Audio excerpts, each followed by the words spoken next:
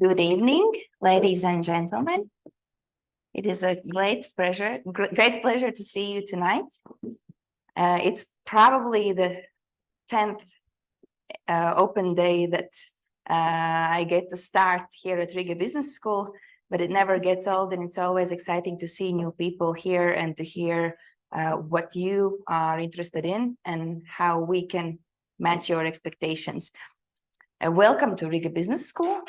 Welcome to MBA and Executive MBA Program Open Day. I am Elsa, and I will moderate the event tonight. I also work with both of the MBA programs here at Riga Business School.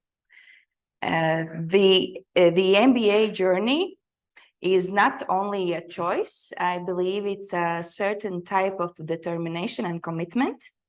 And if you're here tonight, I believe you have the ambition in you.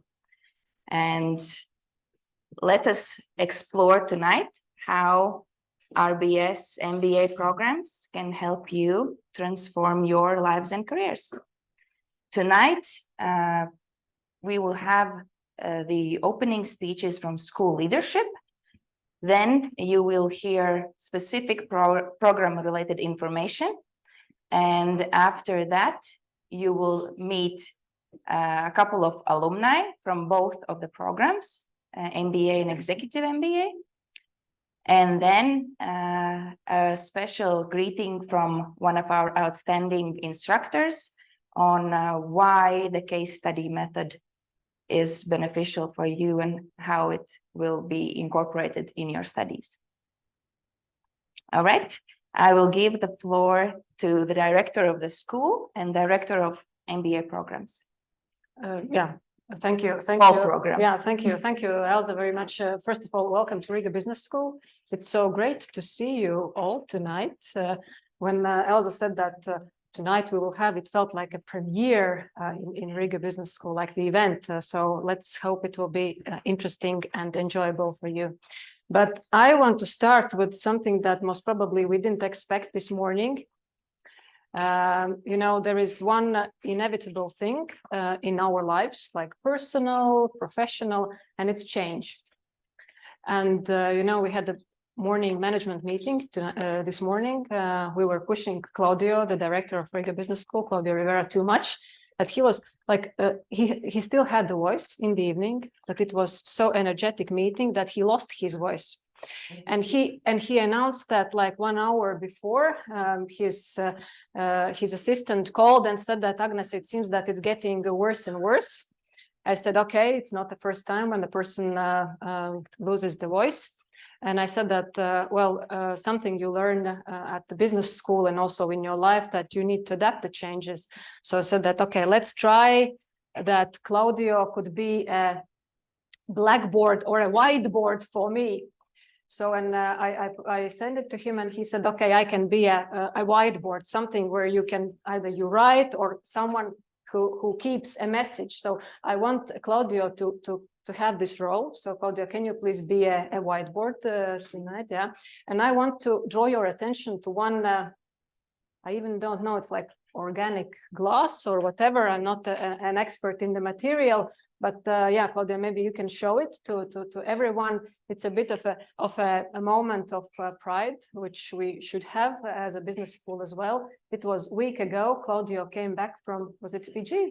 Yeah, he came back from Ed Universal. This is an international ranking for business schools. And Claudio brought back this trophy or recognition of 4 palms. So whenever you search rankings for the business schools, you can always type 4 palms, Edu Universal, and you might get some kind of information like business schools in Europe, business schools in the United States, so all over the world. And Claudio brought back this latest 4 palm evaluation for Riga Business School, and it was brought by Claudio with a high level of pride, because what it says, like this, it's quite fresh information. It says that Riga Business School is the best business school in Latvia. I'm proudly stating that. If you look in Eastern Europe, that it might be stated that, for example, executive MBA is 17th best in Eastern Europe, but it's best in Latvia. So whenever you consider to have your executive MBA, so you are today here for digesting the program, and I'm happy that Daiga is here. She will lead you through the program. And if we look at MBAs, because there are some of you who are looking for professional MBA, not exactly executive MBA, and it also says that it's the best full professional MBA in Latvia. So I'm happy to share that information with you as well. And if we look like in Europe, then actually Riga Business School Professional MBA is 5th best in Eastern Europe. So I wanted, as Claudio agreed, to be this this whiteboard and keeping the trophy. So Claudio, you nicely performed your duties. If you want to whisper something, one small whisper, I hope you can do that. But there are people there. Yeah. So just welcome to Riga Business School. And the voice is because we have a lot of events as well. And I came from Fiji on Saturday, actually. Yeah. So I went from +30 to this. And that's why my voice is this. But welcome to RBS. And I hope my colleagues are going to explain you what we have in the stock in the MBA and executive MBA, right? And this is the microphone. So yeah, it's fitting your voice today. I hope it will be better because we have a huge event on Thursday. It's called Light Up Latvia, where we will have 400 attendees, where we're closing some of our programs with MIT, Harvard, and University of Buffalo. So we are the school that is bringing all the American best education to this region, right? And this recognition is not only regional.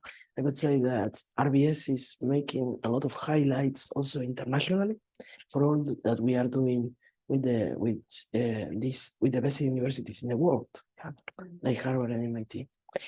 So I don't want to speak more. Okay, it's not good for me, not good for you, but have a great evening. Yeah, thank you, Claudio, for making those very important whispers this evening. And before we give a floor to the next speaker, so we have Daiga, Ērgle today, we have Aldis Greitāns, the program lead of Professional MBA. But I wanted to wrap up this introduction with one reflection, and the reflection came actually yesterday. I finished during the holidays, I finished the book wrote by Carol Dweck, very well-known psychologist and, grow mindset representative. And, you know, she said very fantastic words. So there is a lot of highlights in this book called Mindset, but one thing was extremely superb. And she said that I don't divide people in good or bad. I don't divide people in being creative or non-creative. I don't divide people being smart in maths or not so smart in math. I divide them into ones who want to learn and who don't want to learn. So congratulations, you're actually you have made the first move to be the ones who want to learn. So I hope that Daiga, Aldis, Inese, also our alumni will make sure that you get the utmost today, all the information you need, and please use this evening for getting this information. So congratulations for being here, and thank you very much for spending your time. So Elsa, giving back to you. Thank you so much for opening the event. I see some of you who already have made your choice and have chosen and applied and gone through the whole application process. However, some of you are still deciding. So we want to give you more information about both of the programs. Some of you don't even know which program is best for you. We hope that I would invite you not to leave without your answer tonight, which program fits best. Or if you still have any questions, we can talk individually. So both program leads will now introduce you to what is different in our MBA programs And what are the common things for both of the programs? We will start with Professional MBA. Aldis, welcome.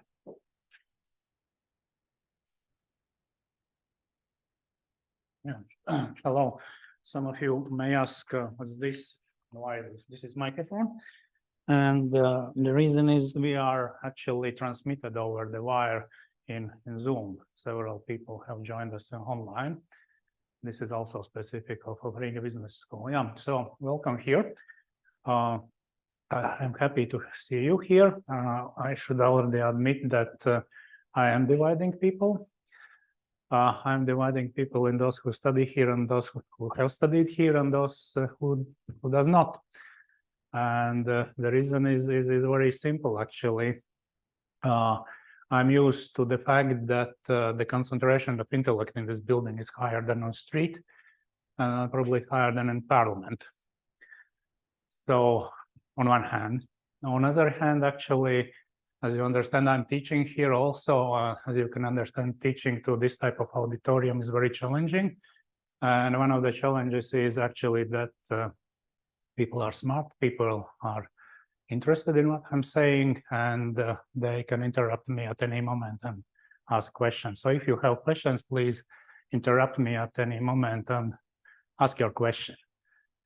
Okay, good. So about the program, Professional MBA program, actually the program is planned for 2.5, maximum 3 years. And our specific is that we have 3 semesters, or more correctly, 3 trimesters. And this is the difference from traditional Latvian high schools. We have autumn, fall, spring, and summer semester. And you have some flexibility to decide how many courses you want to take over the semester. You can take 1 to 4. However, I should say that already taking 2 courses, it's quite challenging. In fact, I'm graduate, and basically Daiga also is graduate of this school, and Inese also is graduate of this school, and all of them can confirm that 2 courses over the semester, that's already something. And in fact, if you want to take 3 or 4 courses, then you should consult me, and I probably will try to discourage you. Why I'm saying this, because as you can see, studies here are taking place in the afternoon and the evening from 6 to 9 p.m. And we are actually not planning, but the setup here is such that we really are asking you to learn. And learning means that you are not only coming to the classes here and listening to the presentations of the lecturers. Also, the structure of classes is actually you will have to work by yourself intensively during the classes. We practice project works, group works, class discussions, and so on. But we also expect that you will spend at least the same time as you're spending here in classes, you will spend working individually at home. Yeah, so basically, this studying here will ask for some time sacrifice. Yeah, and also basically also you who have family should agree with the family that you are studying here. Okay, we are offering 3 specializations, but you also can choose the general specialization, basically general MBA. So the specializations is marketing, IT, and finance. This means that out of you should choose to get your specialization. You should choose 3 specialization courses specific. So 3 extra courses, marketing, IT, or in finance. In total, we have 16 courses. 9 of those are obligatory. The rest is free choice courses. But in case you decided to take specialization, out of those free choice courses, you are obliged to take 3 specialization courses. Okay, so to apply here, you should have a bachelor's degree, and also we are expecting that you have some working experience, at least 2 years, but the more the better. Again, the reason is plain simple. we prefer to work with people who already have seen how a company works, how an organization works, and who can ask smart questions. Yeah, and only those who are planning their career development, because our school is for career development, and I really should say that quite a few, I cannot tell precise numbers, but my guess is that at least half of the students see career growth already during studies here in Riga Business School. Reasons may be different. Actually, my guess is that this is because we are providing comprehensive overview of how an organization should work, and then suddenly you can, okay, giving advice to bosses is a little bit risky, but you can help your superiors, you can help your colleagues to move your organization, to develop your organization further ahead. Okay, so we also expect English proficiency because curriculum language in this school is English. Yeah, when teaching and when discussing, basically we require English, therefore you should be quite good in English. You can see the requirements. I suggest taking Edison test, and in fact, you can apply for this English proficiency test by November 27. This is for those students who haven't graduated from high schools with English curriculum. If you graduated, for instance, from Stockholm School of Economics, or if you have graduated from abroad, from some school in United Kingdom or United States, or there are also schools, for instance, in the Netherlands, where curriculum language is English. In those cases, we do not require taking English tests. But if you are understanding me, I don't see those tests will be problem for you. Okay, and then you see actually there are other important dates. Sometimes if we see that an applicant really wants to study here, we also may be flexible on those dates. Yeah, but please do not abuse this information. Okay, yeah, and then I will take my colleague Elsa's responsibilities, and I will introduce to you my colleague, Executive MBA lead, Daiga Ērgle, also graduate of Riga Business School, handing over the important accessories. Thank you. Thank you. Yeah. Thank you, Aldi. Yeah, I graduated of Riga Business School very, very, very long time ago, 2003. It was the year of graduation, but still remember the school with worms. So what are the differences from professional MBA program when we talk about executive MBA program? There are certain similarities and then certain parts like core courses, and then even a certain number of elective or advanced courses are similar. Yet in the course structure, in the setup, we have differences, and we have differences for a good reason. And that reason is, I'll come back to the previous slide. That reason is basically the audience for which executive MBA program is designed.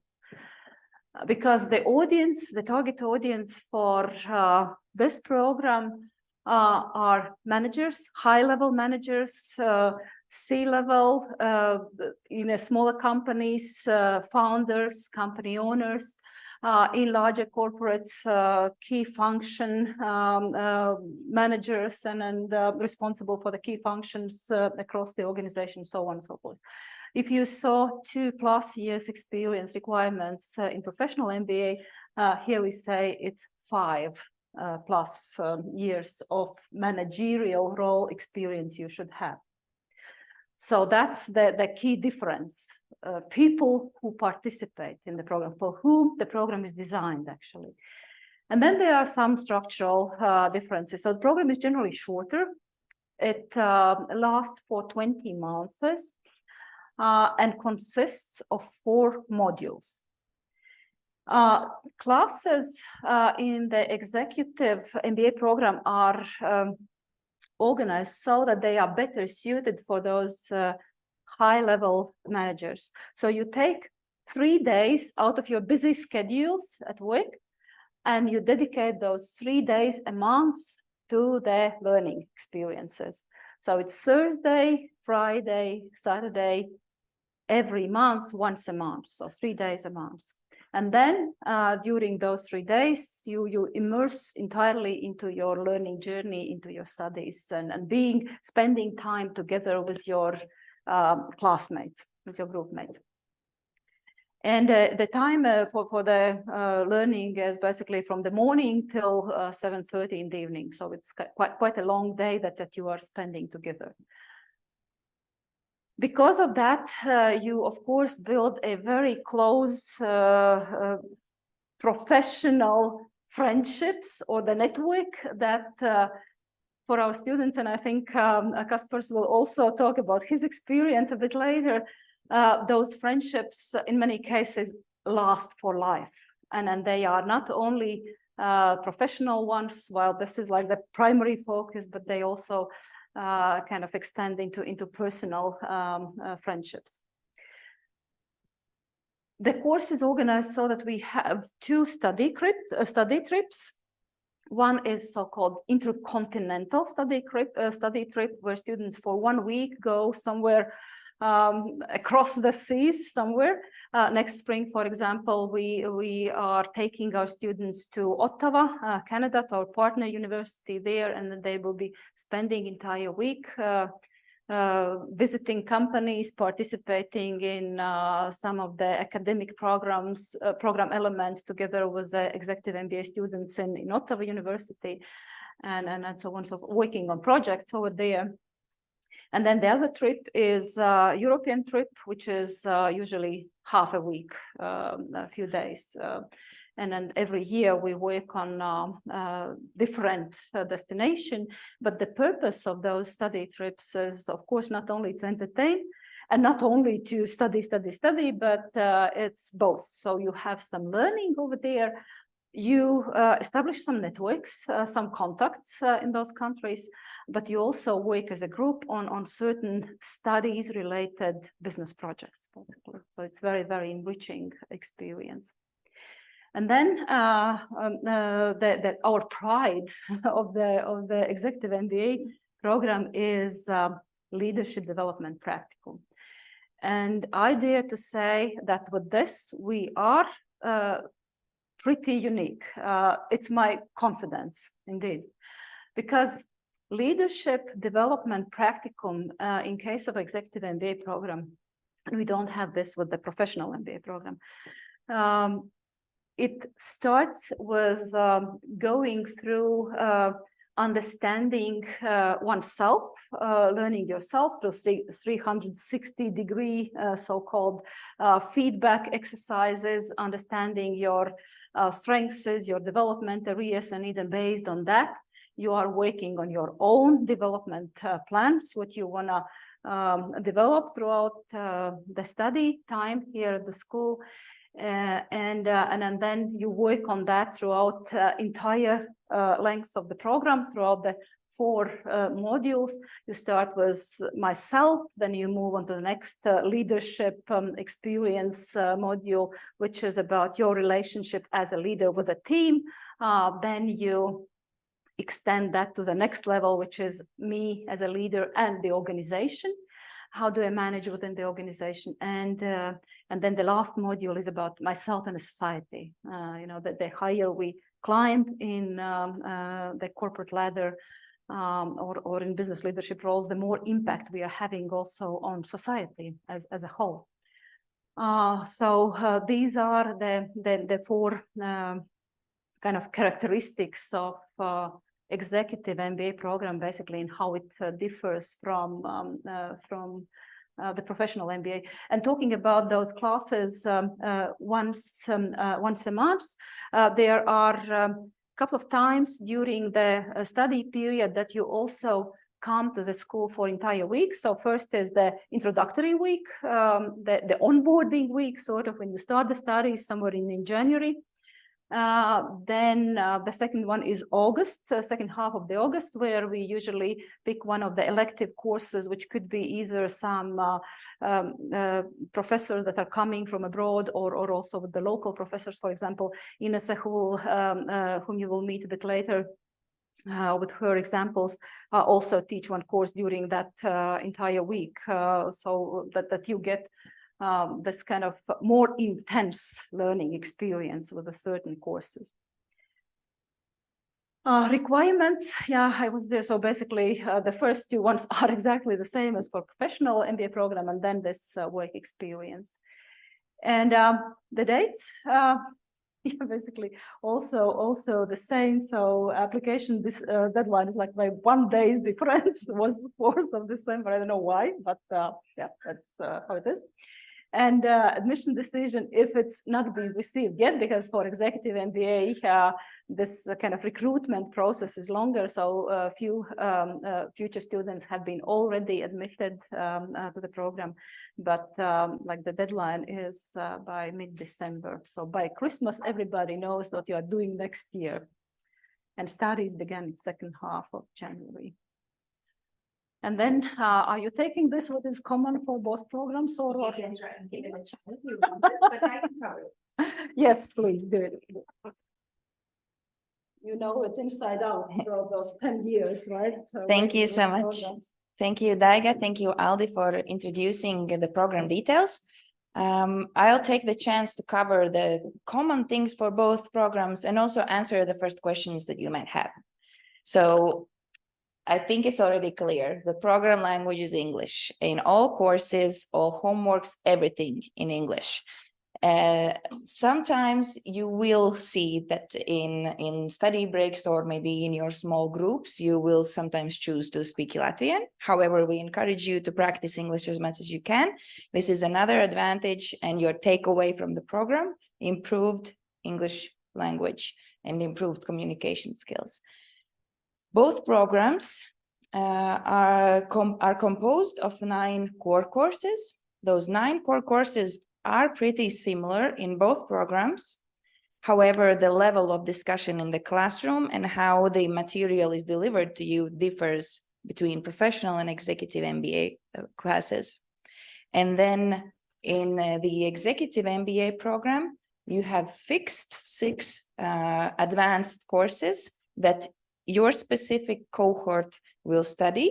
However, in the professional MBA program, there is more flexibility for you to choose which 6 courses you want to take. You can mix and match and combine. I really recommend that you begin with the end in mind and think of where you want to be after you receive your MBA degree. How you want this degree and this knowledge to impact your career and elevate it, and choose your elective courses based on your future ambition. Then both our programs have excellent faculty members.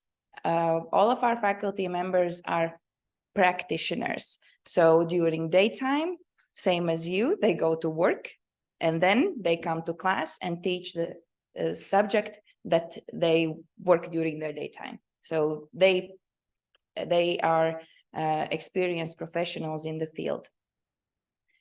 And we have most of our faculty members are local. However, they all have international experience either in work settings, study settings.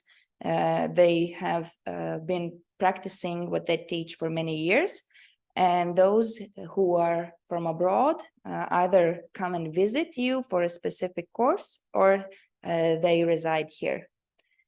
Then you will learn more about it today, but we use a lot of case studies. That is the North American teaching style for MBA programs, to use a lot of case studies to learn from the examples that have been analyzed and structured in a way for you to take the most out of those. Now we have a brilliant agreement with Harvard Business School where you can have an unlimited access to case studies for any type of subject. So you will probably see more of the case studies incorporated in your curriculum. And the average grade requirement that sometimes is scary. However, I can assure you that is attainable. And if you will submit all your homework and do your work, which 99% of our students do, then you will receive that average grade of 8. Every course consists of 1,000 points, which is grade 10. And if you collect 800 points, then you get an 8. You will see up front how the grading in each specific course is built. So you will be able to see how many points you get for each assignment or group work or whatever the task is, the case study, exam. And then you will be able to get the feedback after each of these assignments and see how the points sum up for each of you. And now I wanted to take a moment to answer the first questions that you might have about maybe the practical part. And we will all be available throughout the night, and I'll be happy to chat individually with each of you tonight or after the event. I know that during the registration, some questions were already submitted. Sandra, could you please help me with the questions? One was about the average grade 8. So what happens if you don't get 8? It depends. It depends on the program, depends on every situation. Sometimes, so you, again, another thing that I want to say about the grade, average grade 8 at the end of the program means that you can get a 7 in one course and 9 in the other one, and it evens out. So you get the average grade at the end of the program. Sometimes the students, very, very rarely, but sometimes it happens that the student grade is below 8 when they get to the graduation and thesis defense. And then the student is asked to retake a course or to take a new one. In the Professional MBA program, then you can choose either, if you know that you can get a higher grade in one of the courses that will influence the calculation of your grade quite a lot, then you can just retake the course and improve the grade, and the average grade is up. However, if you don't see an opportunity for that in that specific course, you can ask for one course to be taken out of your diploma and retake and take a totally different course and get a high grade and improve your average grade. I just wanted to add on this grade 8 that there is never one final exam, which is quite Yeah. So there's 3, 4, 5 components in the course which forms your grade. What else is that? Group work and then participation, exercise with exams and so on. So it just it's never sufficient that if you fail the exam, you fail the course. It doesn't happen. I will repeat what Inese said for those of you listening to us online. It is never a situation in one course where the whole grade is composed of one exam. So if you fail the exam, then you fail the whole course. You will get an opportunity to show your strong sides, either in the group work, presentation, written assignment. You'll be able to get to collect the points as you go throughout the whole course. There were more questions. Is the curriculum for 2024 January intake available for professional MBA program?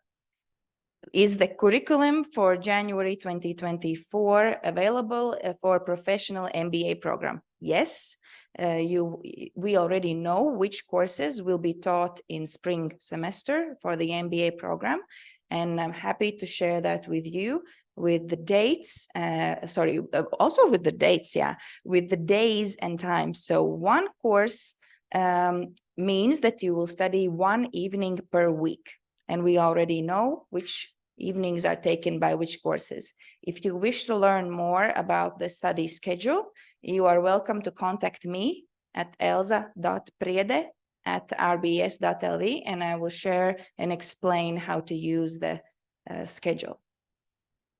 Can the master thesis be written in pairs?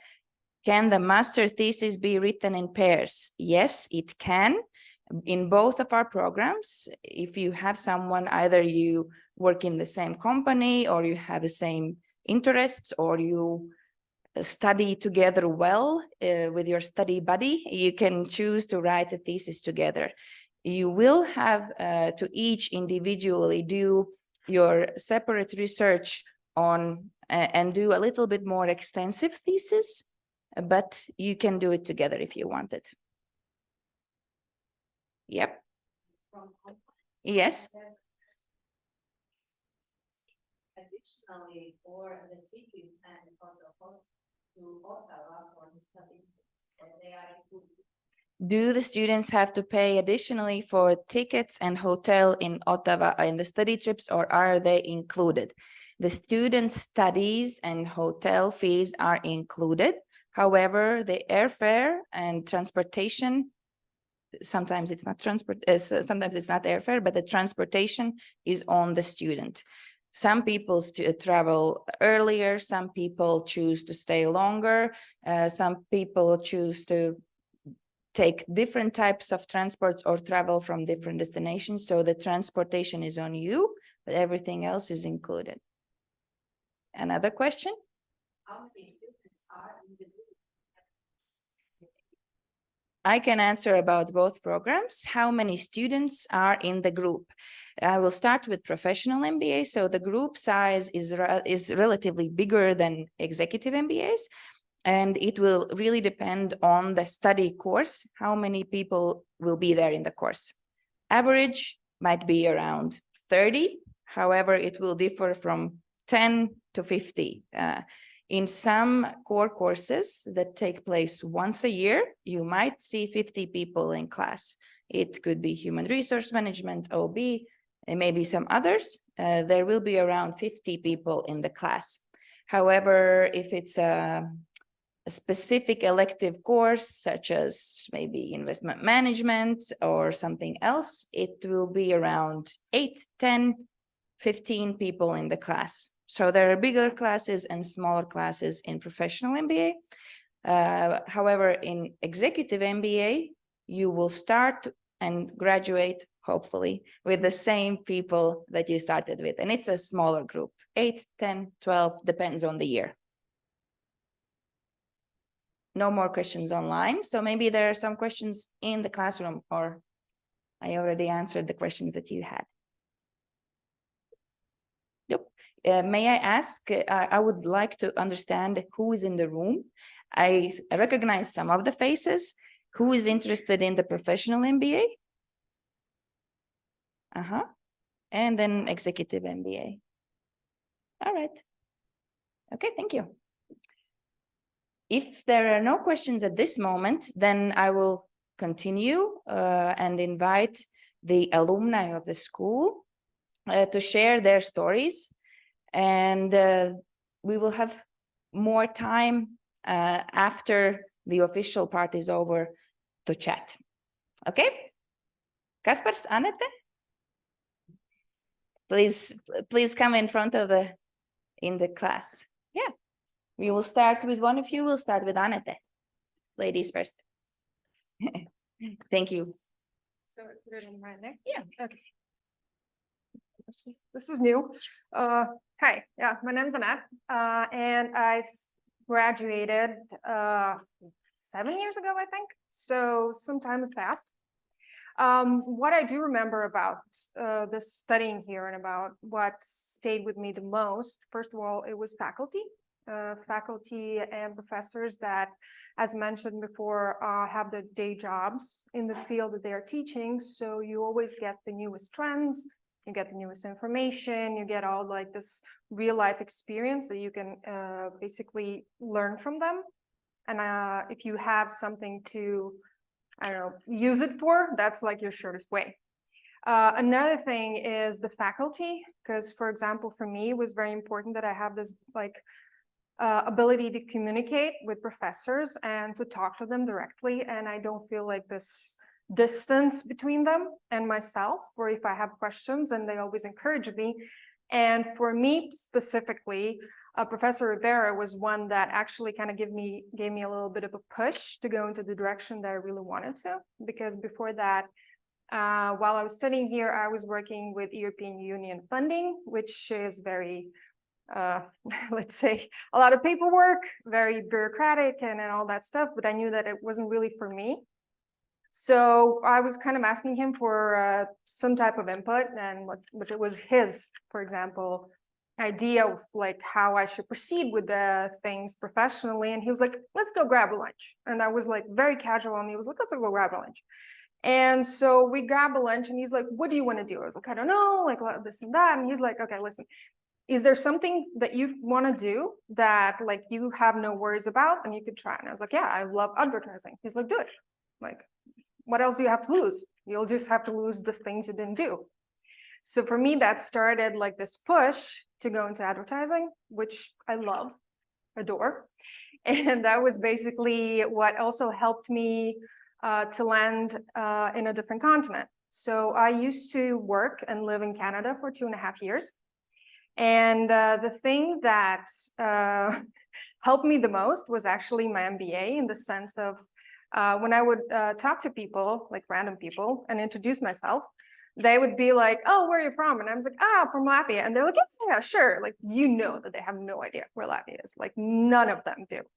So, and then I was like talking, and I was like, oh, what do you study? And I was like, I have an MBA. And everyone's like, oh, okay. So you kind of get a respect just by having that. And I was like, yeah, and my diploma is international, because we have schools like, let's say buddy schools, sorry about the language, but yeah, we have associate schools like in Buffalo, we have one in Ottawa, and then everyone's like, oh yeah, that's great. So basically that was how I got a bit of a foot in there in that market. And because I got my foot in that market, when I decided to come back, I already had a job before I even landed here, because I had all that experience there and like my education. So it kind of gives you like these steps, and it gives you like this solid foundation that you can really, really step on and be like, okay, I can reach new stuff. So as said before, it's not going to be easy. It's going to be time consuming, but it is worth it. So I really, really recommend that you come here, because it's awesome. Thank you.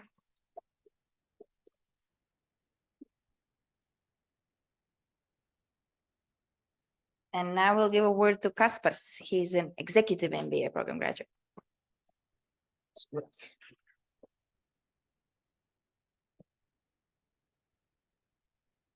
Righty. So good afternoon, everybody.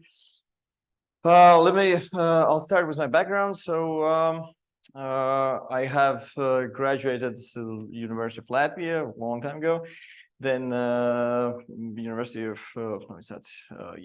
Riga, long time ago, and then for maybe 10 plus years, I was in different management positions. Then I figured out, hey, maybe I need to learn something more.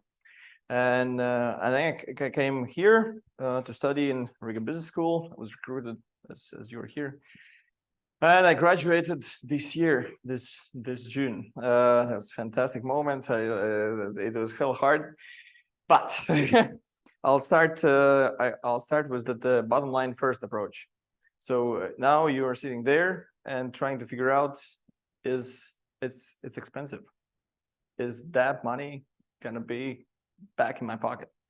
So it is an investment. Obviously, it is an investment. Is it risky? It depends on you.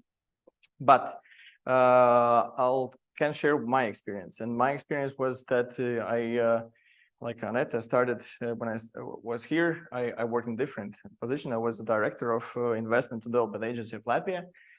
That is the agency that is the government, and a little bit boring, etc., but actually not that boring, but hell hard bureaucracy.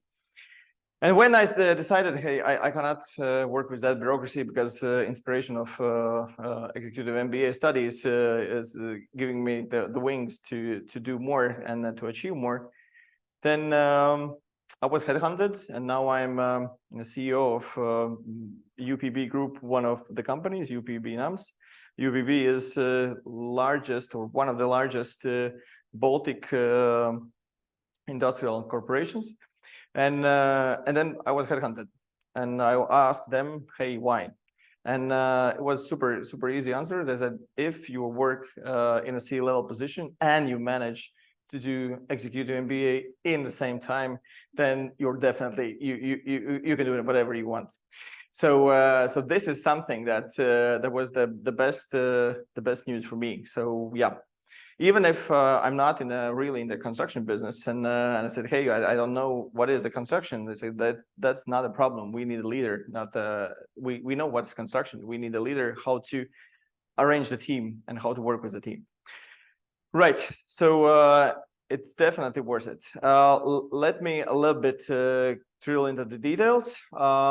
So studies, Thursday up to Saturday. At first, I thought it's going to be easy. It's a remote work. I'm going to work a little bit there. This is the room where executive MBA studied. I was like, oh yeah, it's kind of fine. And just listen something, and I'm going to work on my PC. That doesn't work. So I had to take vacation days. 100%. You have to talk to your bosses or whatever that you'll have to take the Thursday and Friday. It must be vacation. Otherwise, it's gonna be a complication to achieve that average of 8. So that's definitely there. I really liked the closeness to the industry, to different types of industries, because the professors are working in day-to-day life in different types of companies. So you definitely see what is the soft skills that you need a lot, but also you are in a combination with the hard skills. Okay, what is the best apps for that? What is used in this? What is in HR management? What the heck is AI? How does it work? And how can you actually implement that? That not to just write in ChatGPT, but understand what does the ChatGPT does, and if you want to have the ChatGPT for your company, what type of the scale of the investment it is. So that was really interesting and really helped. Then study trips. That was fantastic experience. Obviously camaraderie, because as already was mentioned here, you become friends among all the executive MBAs. We were mixed study trip with another group, so we befriended them too, and that was very good. But at the end of the day, 3 guys in the MIT media lab within the 1 week created a business plan for we created it was for crypto coin, but it was yes, for specific type of the coin, and that was cash positive, and that was that type of the experience. If you have the IT, if you have marketing guy and numbers guy, the world is your oyster. So that definitely was something that you think, okay, if we can, in 3 guys, we can figure it out on an MIT level, then why not? I'll give a small remark. In USA, there are specific things that are legal that are not legal here. So the numbers guy did something before the final numbers. So I almost quit my job because I thought, oh wow, this is the hockey stick. And why would everybody should do that?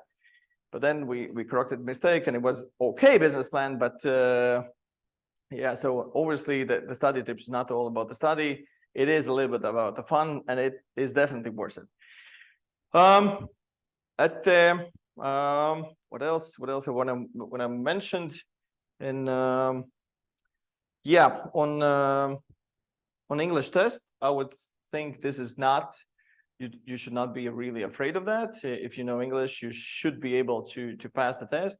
On average of 8, you should not really be afraid of that. If you do the hard work, you'll be able to achieve that. And as in our group, we got a saying: if you pass the statistics, then the master's thesis is the next big step. But so because in the statistics, if you're not the numbers guy or girl, then you start to work as a team. start to work as a team to get to pass that. But again, this is amazing experience how to manage. Yeah, and from then at the end of the day, I would say when I switched my careers from the public sector, this is the work in the public sector is definitely some kind of the positive drug, because you want to do the good for your country. And when I switched to the private sector, I had a feeling that I have to do more. So I'm from the next year starting to be a part of Executive MBA program, and I'm going to be a part of strategic management. So if you say yes, then you'll probably see me in this role in this room in next year. Yes, thank you very much, guys, for listening to me, and I'll be able to answer any questions you need.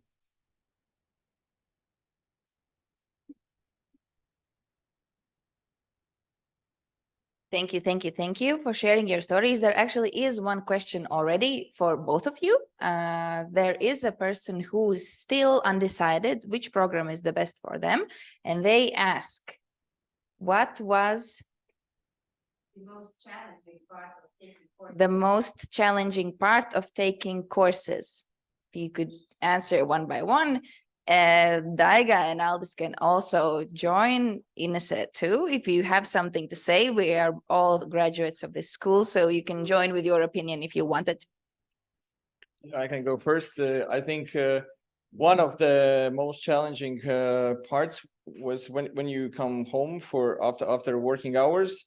You have to do 40 pages of case study reading, but and that obviously you have 2 or 3 case studies because it is Wednesday, Wednesday night, and Thursday you have to deliver. So delivery is online. Normally there's a clock going on when you have to pass and it should be delivered by 23:59:59. So that timer is running. So that is obviously something that makes you a little bit stressed.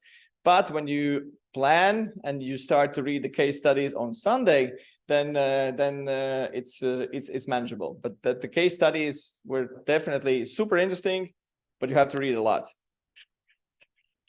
Yeah, I would say the same for me, for time management, and basically just making yourself do the stuff after work hours, and I understand the enthusiasm about reading on Sundays, but yeah, I'll be honest, it's more than it doesn't happen as often as your enthusiasm tells you it's going to happen.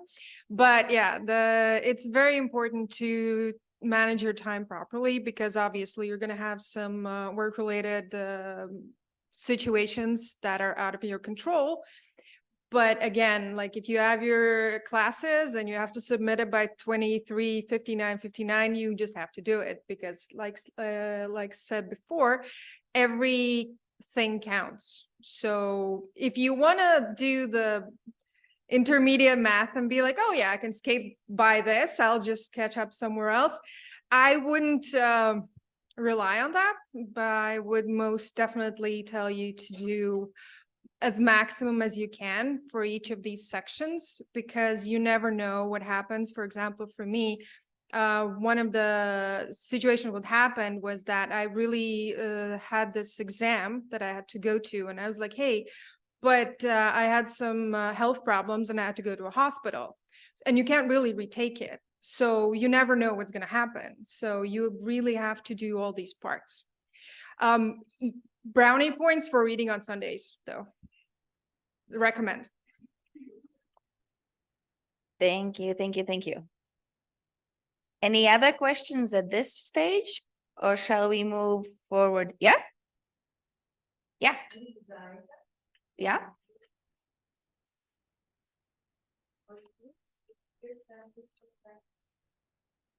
So what are the key things that have changed at all, developed over the years then and now, kind of in a way? I wouldn't say that I was among the first groups. I actually don't know at which year the school started. I haven't studied. 2000. It was like 7, like MBA 7 or 8 early. Yeah. So I really can't comment much on like this executive MBA program because I was part of a professional MBA program. I studied in the professional MBA program. How it's changed. Good question. No, definitely. Well, what is good about the school where we have professionals as the teaching faculty who are actually professionals, and I would say that the program changes every semester, not only every year, because if you have people who work in their profession, in their function, in business or in the organizations, they go with all the advancements that take place out there, which if you compare to the staff which is just academic, they probably do not always have the freshest industry experience, so to say. And then I think that is a very strong part of our school's programs, that we have the practitioners as teaching staff. And I personally have a confidence, which might be politically not so correct, but I have a strong belief that in a business management like MBA programs, actually there are very probably few subjects where you could accept purely academic stuff. I think you need professors who are also professionals who know how to put things in perspective, how to combine concepts, theories, and the practice, and what works when and how, and what doesn't probably work in what kind of situations. Yeah. Well, actually, if the question is about executive MBA groups, okay, I also graduated from professional MBA. That was back in '96, and there was no executive MBA in Riga Business School at that time. But one of my colleagues was studying in the first executive MBA group here, and I've seen also actually quite a few of those groups. Well, and of course, we are progressing all the time, as Daiga said, in terms of faculty, in terms of the content of the classes. But in fact, there is one thing which haven't changed, and that's the team which built during the studies. Basically, what I've noticed that those people which are in the executive MBA group, they are literally living together actually not only here for a weekend in once per month, but since, as I told, there is a lot of so-called individual work at home. Basically, they are doing this together, and those teams are becoming very consolidated, and basically those people actually are having events, meetings, and things like that for a really long time, and then they basically are helping each other, and that's very good networking. And speaking about the first group where my colleague studied. He graduated in 2004, I guess, and I know for sure that they are having regular gatherings twice per year. All the groups coming together and basically coming together somewhere in Latvia for a weekend, not just for one afternoon, but for a weekend. And as I said, basically. One remarkable thing about executive MBA is the friendship that you are establishing in these groups. Any other questions? More questions at this moment? More of a practical question. What happens if, let's say, there's an exhibition, trade show? This question goes out in parallel. If we have a business exhibition or a trade show that falls right in those 3 days. So the question was, what if you have to miss the classes? If there's a business trip or anything else super important that you can't cancel. So first, it could happen that the business trip falls at the same time as your study weekend. However, you will know those study weekends 2 years in advance in the Executive MBA program. The same goes to Professional MBA program, so you will know in advance ahead of each semester which evenings you will have your classes. So you can plan around, but if there is a specific thing on a specific date that you have to attend, it can happen, and it happens, and it's life. And then it's your opportunity to show your business communication skills and talk to the faculty members. So all of our classes have video recordings, and you will be able to watch the video recording. If there is an emergency or if you are away from Latvia, and you can join your Executive MBA class, we can dial in you through Zoom for that specific study weekend. Otherwise, you will watch the video recording, and then again, the camaraderie and friendship also plays a big role. You will ask your classmates what happened in the class and what's important and what not to miss. So there is an opportunity to catch up. However, you have to communicate about it with the faculty member, and they'll be very open to helping you not fall out of the curriculum. Any other questions now? No, then let's continue with Inese, and then you can we can talk in a more informal setting after the official part is over. So Inese is a strong faculty member, one of the most liked faculty members. She has been with us for many years and taught several courses. Will you introduce yourself a little bit too? Okay. And she will now give a master class on why a case study is important. Thank you. Yeah, a few notes on what was discussed before. What was discussed before. Yes, I graduated year 2000. And a few weeks ago, we met with my group. We are still meeting, so this is really true. Regarding statistics, here is the absolutely best, brilliant professor, Kolishkin. So if you can't get statistics with Kolishkin, you can't get it whatsoever. So, and just I was thinking about the challenges. You asked what's the challenges in studying, and I just recently went as on the other side. It's very nice to be also on the other side, just on your side, not just on this side. And I realized that the challenge is that, let's say, we want to be passive, like you sitting like this, and you switch on and switch off.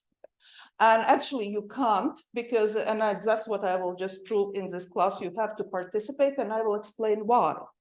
And the last thing about what has been changing that I would say is that technology or the approach of learning and teaching has not changed, which I will speak about.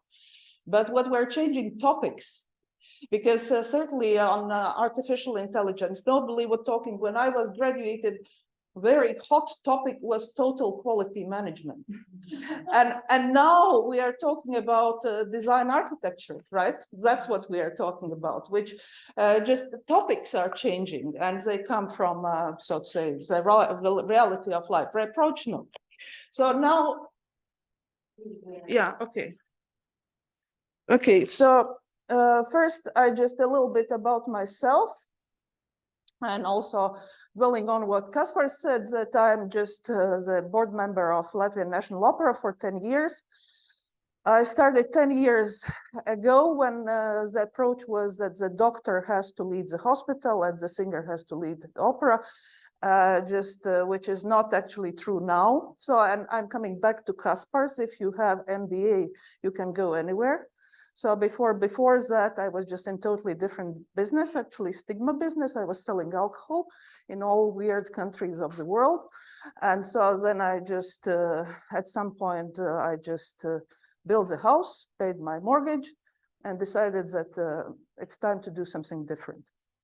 So, and just for opera, I realized that it was my hobby, of course, for many years. But I realized that I qualify what Malcolm Gladwell says 10,000 hours. So he says if you spend 10,000 hours on something, you become expert. And 10,000 hours, roughly, it's 5 years, 8 hours, just on working days. So this is basically studying. So, and actually just having, changing totally from very, very harsh business area to very, very subtle public sector. So it was very interesting. It was really quite a challenge for me. And so now after 3 terms, actually, yeah, 3 terms, which you say 2 terms because first were 3 years. Next year, I will not continue because I'm a great believer that in public sector, you have to, in some high position, you have to finish after 10 years. In business, you are thrown out. You change. You just either grow laterally or whatever. In public sector is not true. And I think this is a big problem for the country. So when I was telling this 2 years ago, Kaspars, this group, MBA group, we said, we will see, we will see. so now you will see it will really happen. Yeah, so I just already moved, yeah.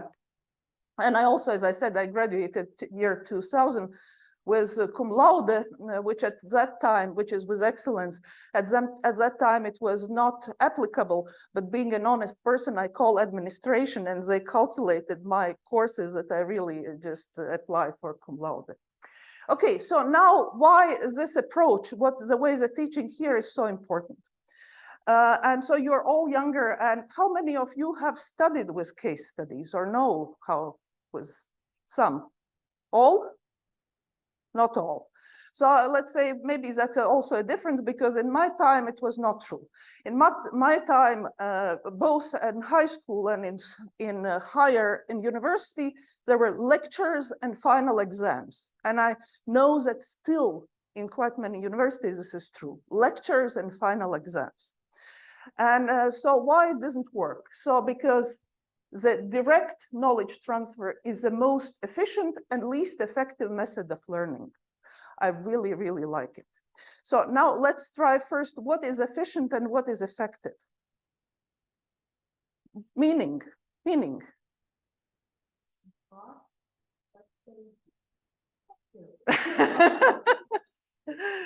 So just let's say for let's say talking, having all the experience I have and just talking in front of you, all I know, I can magically transfer into your heads just after an hour of lecture. This would be very efficient, quick, as you said, quick and cheap, but it doesn't work that way, unfortunately. It doesn't, that's why it's least effective because you switch in, switch off. And so you simply don't listen and you don't get this knowledge. You just simply don't, you forget it. Why you forget it?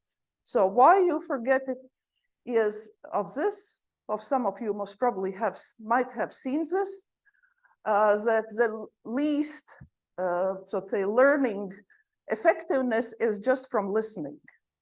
Lectures, you can just attribute different percentage to this, but roughly this is true, lecture. And the best is teaching others, because if you can't explain something to others, then you don't know. The most difficult topic, if you can't explain, so that means that you have not mastered really that. And lecture, it's just there. So then in between you read, demonstrate, and discuss, you participate. When you participate, you come to your own conclusions through something. You learn with something which really stays with you instead of just old school, as I say, old school, which is competition who has better memory. And I think quite many of you know, studying before the final exam, that, just you quick in, quick out. So depending on which is actually not yours, which is inherited genetically, how good memory you have. So this practicing, okay, is just why practicing or doing cases where you have to do together is more effective, but it's time consuming and it's your energy consuming. So it doesn't go that quick and simple that you just simply listen when somebody is talking. So now if we just look on approach that knowledge would say this is, I would say, default level, because you will get knowledge here. Don't forget, you will get knowledge, but this is basis, this is default. And then you have to learn skills, and just skills how to apply. And don't forget that when you will get, you smart people, because you are smart because you came to this school. So when you get diploma, so your diploma will says higher professional education, higher professional education. What does it mean? That means if you can't apply what you learned, value is zero, because you have to use it. So you will, this is not academic, this is not going to science. Management in general, some argue that it's skill altogether, but anyway, and that's what is taught in school. Instead of memorizing, you have to apply. And then comes attitude, and I'll speak a little bit about attitude, because as we quite often know, that you are hired by knowledge and fired by attitude. And so this attitude really just what comes with school. At the beginning, I think Agnese said that you might be different people after you graduate school. And I know that you're thinking, come on, right, we will be different people, come on. But in a way you will, because it will be more self-awareness and a higher self-esteem. Because if you want to be excellent finance person, you go and study for a chief financial analyst, CFA, I think that's how it's called. Or if you want to be a marketing person, you just go to CMO, the similar stuff. You go channeling very narrowly. So when you go for MBA, you get a house, you just get the whole house, you had the package. And in the first year, quite many, as already was mentioned, saying, why on earth I have to study statistics? And next, what students say, why on earth I have to study economics? Because economics is lesser, I would say, applicable than any other topic. But you study this to have this all structures there. Because after that, you, as also was mentioned, it's like a, I would say, seal of quality. If you have MBA, we know what you know. And you can also participate in let's say, some inside conversations or even jokes. Let's say, for example, when somebody is offering me wine when I'm driving, I'm saying, I'm 6 Sigma with drinking and driving. So and when you study operations management, then you learn what is 6 Sigma, and that 6 Sigma is more than 0. Okay, so this is the impact of education. And now why learner-centric interactive case teaching method, or competence-based, whatever the words now they use in higher education, you can hear all the time. So number one, management means problem solving all the time. So problem solving is unique and cannot be copied. So that's why I can tell you how much I want, how I solved my problems, or how in general to solve the problems, but so long you are not doing on specific case, it's very interesting, but it's not that much helpful. So that's why you have to solve these problems, management problems, which are specific in numbers. So you are used how to apply all these different dimensions. Instructors are experts, but they do not deliver the expertise directly. That's why I say direct knowledge transfer is the most efficient, least effective.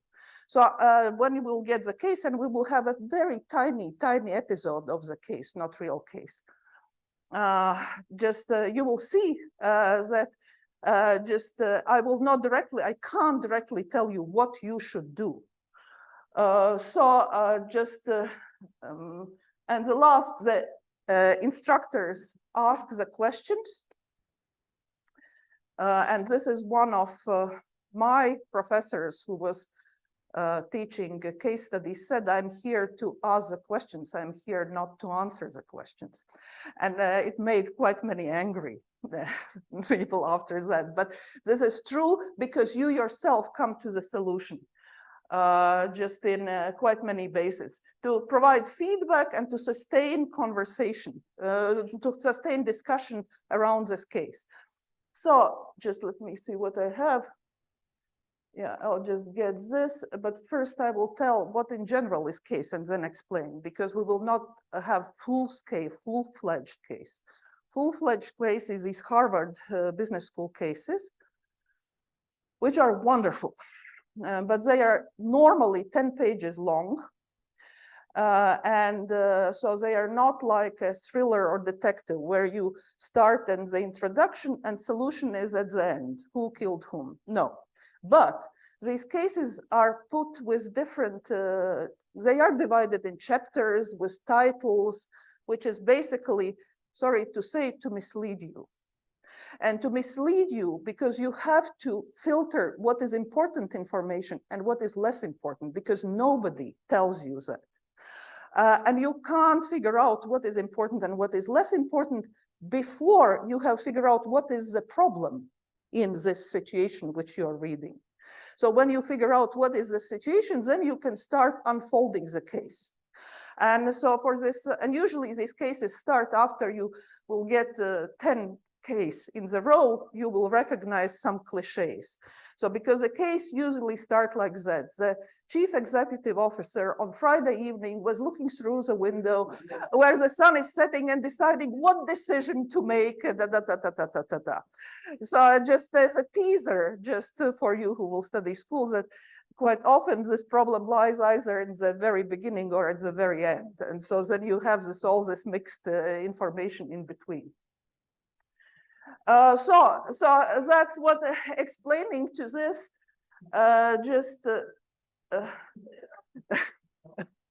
so people who have read quite many of these cases, is it true?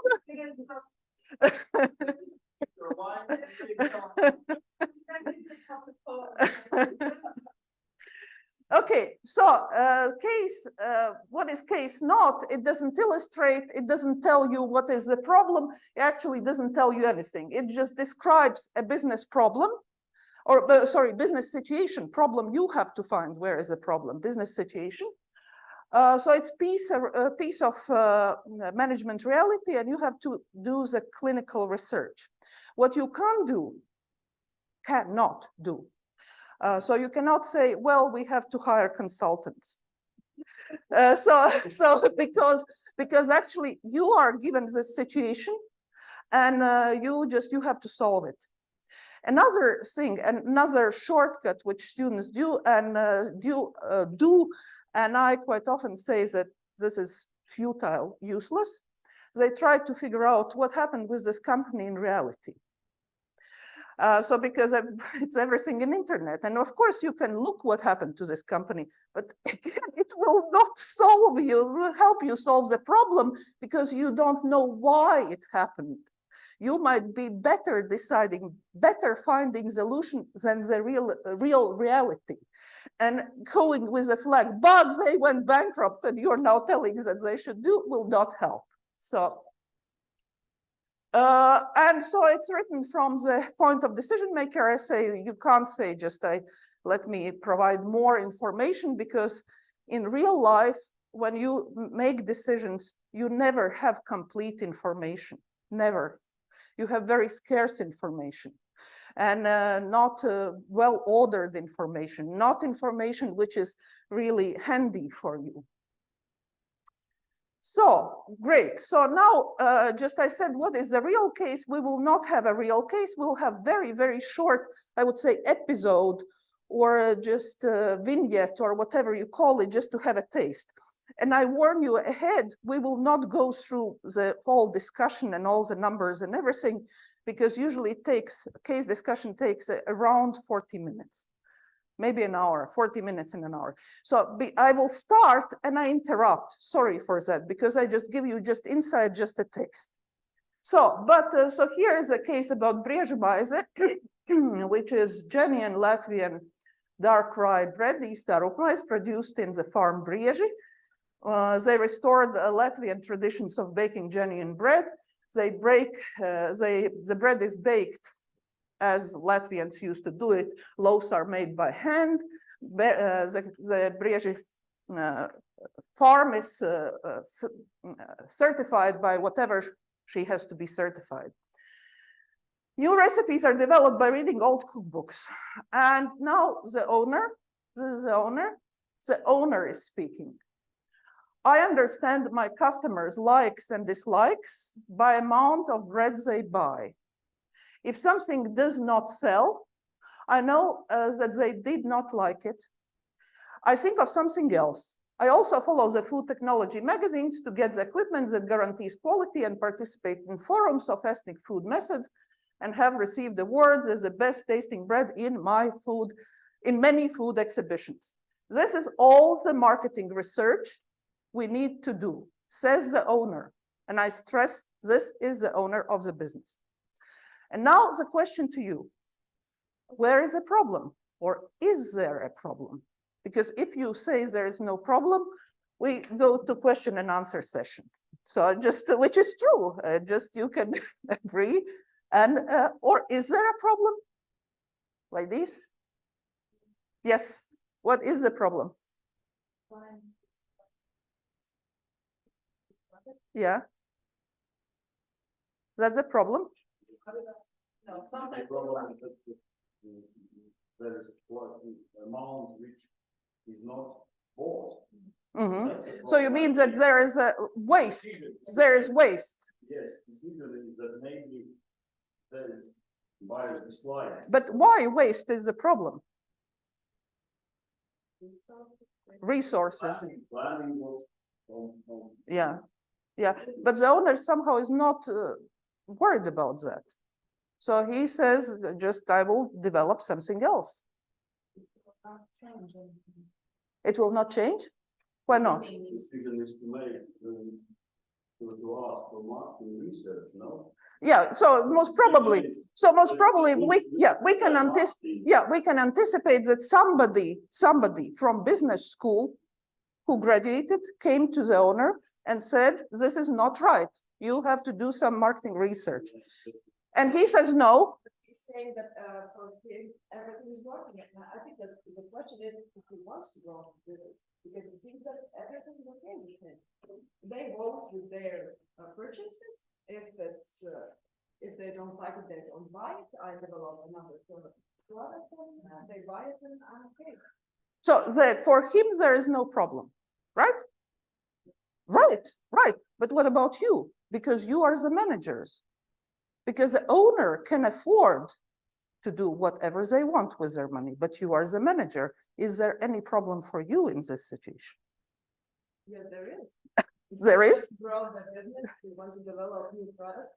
We have to. Why do you think he wants to grow the business? Maybe he doesn't. Maybe he has to pay his mortgage and he just wants to make bread. Yes, but sorry? We will stop and drive business, then something. Good, wonderful. And this is wonderful. This is true business school approach, that you have to maximize the profit. This is the basis for this. But maximizing the profit is not specific. So what does it mean for him, for the owner? You are the manager. If you don't know what he thinks, you will not last long. So then what for you is a problem? How can you just solve problem for you if you want to work here? Objectives. So if you don't know his objectives or their way or whatever, so just then it's problem for you. And here we actually come to numbers. Do you need any numbers here? Because there is zero. I mean, information, numeric information. That depends. I think we have to sell the idea of the growth to the owner. And if the numbers sell, then it's the numbers. Oh, then we have to continue, I think. Then we have to continue. Okay, so owner is very so to say specific. He says, I want 15% of EBITDA. EBITDA. So this is another, MBA jargon. So Kaspars, is it realistic?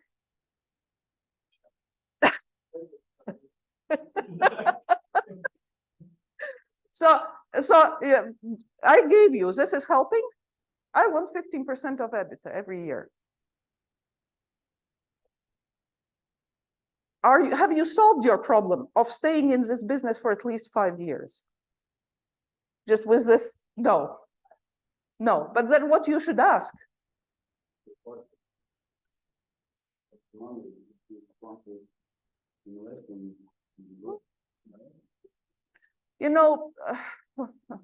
Budget on marketing, you mean?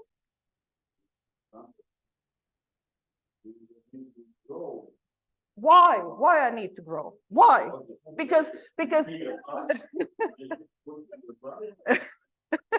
so you think that this is natural. This is natural. But if I have lost 3 years EBITDA 15%, I might not want to grow.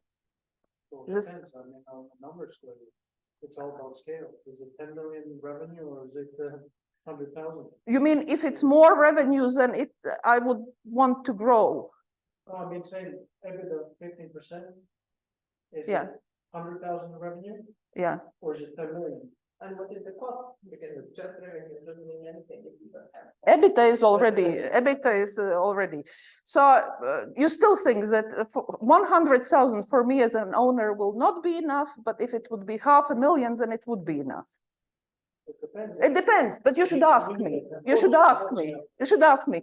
So, and just, I here really don't want to go into this, but let's say if I show you that my competitors grow quicker than I do, then you can hurt me, as I say, hurt the owner and say, you will not get your EBITDA. You will not get your EBITDA because you will be growing. But that means you have to ask the right question. And you have to ask. Now I already jumped. I did direct knowledge transfer, which is not there because I said that this is just the insight. But this is generally what we do in case studies. And as I see, this is just episode, but that's how is approach that we go into rounds of coming to what to do. So, and with one question from your side, we come to the right question, and then with you, we continue with the same question, and then we come to actually what question should be asked. So we just understand the relation between the facts. Let's say here, for example, if I'm losing the market, because again, it's a different situation if we are in growing market or mature market. In growing market, I will not feel, it will not hurt that I'm losing from competitor, but in mature market, it hurts a lot. So just ability make decisions. So just decisions, let's say, ask about the objectives from the owner, and just arriving this aha, or what was, and actually here in this small episode, this aha was, I need to know what are objectives. Before knowing objectives, I can't really just proceed. As a manager, as I stress, as an owner, you can do whatever you want. You can think that owners are rational, but mostly they don't come from business schools. So just so they can do whatever they want, but managers cannot afford to do whatever they want. Yes, so this was very shortly about the case from me. I just from finishing, I want to say that in school, I was teaching marketing management and marketing research, which I'm not doing anymore. And now I teach power and influence in organizations, which I wish this course were when I was studying, because we come from this meritocratic approach to careers. Meritocratic means if I study hard, I will be promoted. If I have good grades in school, I will be the boss. Good people are promoted, bad people are punished. And then you then you come to reality, particularly in bigger organizations, and realize that it's not true, that it's much more to the story. And if you don't fit the political landscape, and management is political activity, you might be ousted very quickly of your organization, and you have to learn the skills how to do it. Just and actually my goal, let's say, for this course is that you just go, you leave the job when you want to leave, not when you are ousted out or just when you are not fitting in the organization. So that's all from me. I think now questions to me or everybody or. Questions to everybody. Yeah. Thank you.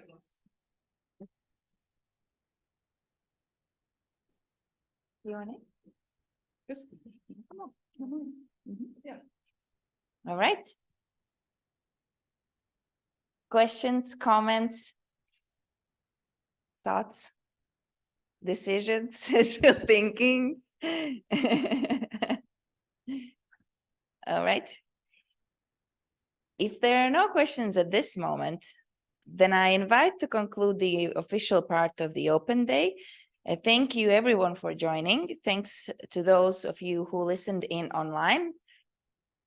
I am inviting everyone to continue conversations with me individually, or if you would like to meet the program leads or anyone here in the school, I invite you to contact me and I will answer all of your questions then off the mic and off camera. Thank you so much. I invite you to join us there by the snacks at the unofficial part. Right? Thanks.